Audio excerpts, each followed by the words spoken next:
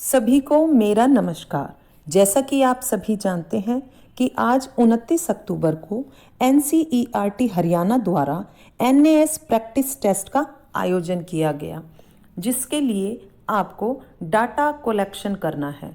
Data collection करने के लिए आपको कुछ इस प्रकार का फॉर्म फिल करना होगा, जैसा स्क्रीन पर दिखाई दे रहा है। सभी शिक्षक गण इस फॉर्म को आसानी से फिल कर सके, इसके लिए ये ट्यूटोरियल है। इस वीडियो को देखकर आप समझ सकते हैं, जान सकते हैं कि किस प्रकार आपको ये फॉर्म फिल करना है। तो चलिए कोशिश करते हैं जानने की कि ये फॉर्म आपको कैसे फिल करना है। सबसे पहले यहाँ पर आपसे आपके स्कूल की जानकारी पूछी गई है। कृपया अपने ज़िले का चयन कीजिए।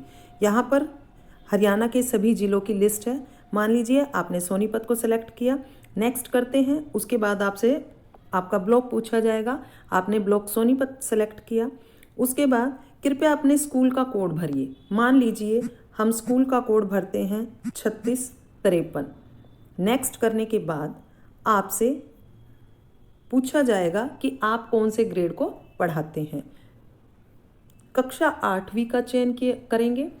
मान लीजिए मैंने कक्षा 8वीं का चयन किया। यहाँ ये बात ध्यान देने योग्य है कि प्रैक्टिस पेपर को जिस विषय के शिक्षक ने चेक किया है, यह फॉर्म उसी शिक्षक के द्वारा भरा जाना है।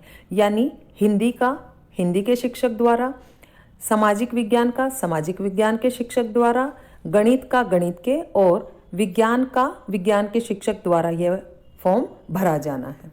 उसके बाद जब आप नेक्स्ट करते हैं तो आपसे पूछा जाता है कि आप कौन सा विषय पढ़ाते हैं। मान लीजिए सोशल साइंस पर मैंने क्लिक किया। नेक्स्ट करने के बाद आपसे पूछा जाता है कि आपके विद्यालय में कितने विद्यार्थियों ने इस विषय का अध्ययन करते हैं। यानी आपसे टोटल स्ट्रेंथ पूछी गई है कक्षा 8वीं की। सपोज कीजिए आपके विद्यालय में 30 बच्चे हैं।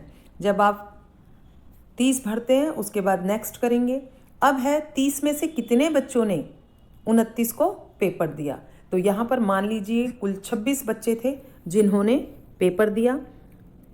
नेक्स्ट करने के बाद अब यहाँ पर सबसे महत्वपूर्ण जानना है कि कितने छात्रों ने निम्नलिखित प्रश्नों के सही चिन्हित किया है। यानी कि किन विद्यार्थियों ने किन किन प्रश्नों के उत्तर सही दिए हैं। उदाहरण के लिए पहले प्रश्न का उत्तर कितने विद्यार्थियों ने सही दिया, दूसरे प्रश्न का उत्तर कितने विद्यार्थियों ने सही दिया। इस प्रकार से यहाँ पर आप करेंगे।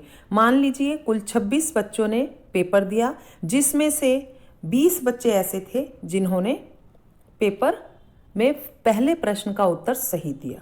उसके बाद नेक्स्ट करेंगे। इसी प्रकार से आपसे सभी प्रश्नों के पूछे जाएंगे कि हर प्रश्न का उत्तर कितने विद्यार्थियों ने सही दिया। मान लीजिए 4th क्वेश्चन में 12 बच्चों ने सही जवाब दिया। उसके बाद 8वें क्वेश्चन आधुनिक भारत का जनक किसे कहा जाता है, तो यहाँ पर आपका 14 बच्चों ने जवाब सही दिया। उसके बाद नेक्स्ट करते हैं। तो दिए गए यंत्र को देखिए, यह क्या दर्शाता है। अब यहाँ पर 12वें के अंदर जो आपको प्रश्न में देखना है क्वेश्चन पेपर में कि वहाँ पर कौन सा यंत्र दिखाया गया और वो क्या दर्शा रहा है। तो मान लीजिए यहाँ पर आपके 15 बच्चों ने सही जवाब दिया। उसके बाद नेक्स्ट करते हैं। फिर यहाँ पर पूछा गया है कि सरकार किस स्तर पर काम करती है। तो आपको यहाँ पर बताना है कितने बच्चों ने 25वें क्वेश्चन का जवाब सही दिया है। तो यहाँ पर मान लीजिए 18 बच्चों ने सही जवाब दिया है। उसके बाद आपको दिखाई दे रहा होगा सबमिट का बटन। ये 5 प्रश्न पूछे गए हैं जो कि दक्षता आधारित है, कॉम्पिटेंसी बेस्ड है। आपको सभी का उत्तर यहाँ पर नहीं भरना है। ये डाटा कलेक्शन है कि इन 5 विषयों पर कितने विद्यार्थियों की पकड़ है, कितने विद्यार्थियों ने इन दक्षताओं को समझा है। तो यहाँ पर आपको केवल इन 5 प्रश्नों के जवाब देने हैं डाटा कलेक्शन के लिए। अब लास्ट में आप इसको सबमिट करेंगे। सबमिट करने के बाद आपका डाटा SCERT के डाटा कलेक्शन फॉर्म में सबमिट हो जाएगा। तो ध्यान रखिए, सबमिट का बटन दबाने के बाद आप इसको चेंज नहीं कर पाएंगे, इसलिए बिल्कुल सही सबसे पहले आप अपना रफ वर्क कीजिए। आप लिस्ट बना कर रखिए कि कितने बच्चों ने किस प्रश्न का सही जवाब दिया है। उसके बाद आप इस फॉर्म को फिल कीजिए। उम्मीद करती हूँ ये जानकारी आपके लिए महत्वपूर्ण होगी। आज के लिए इतना ही। धन्यवाद।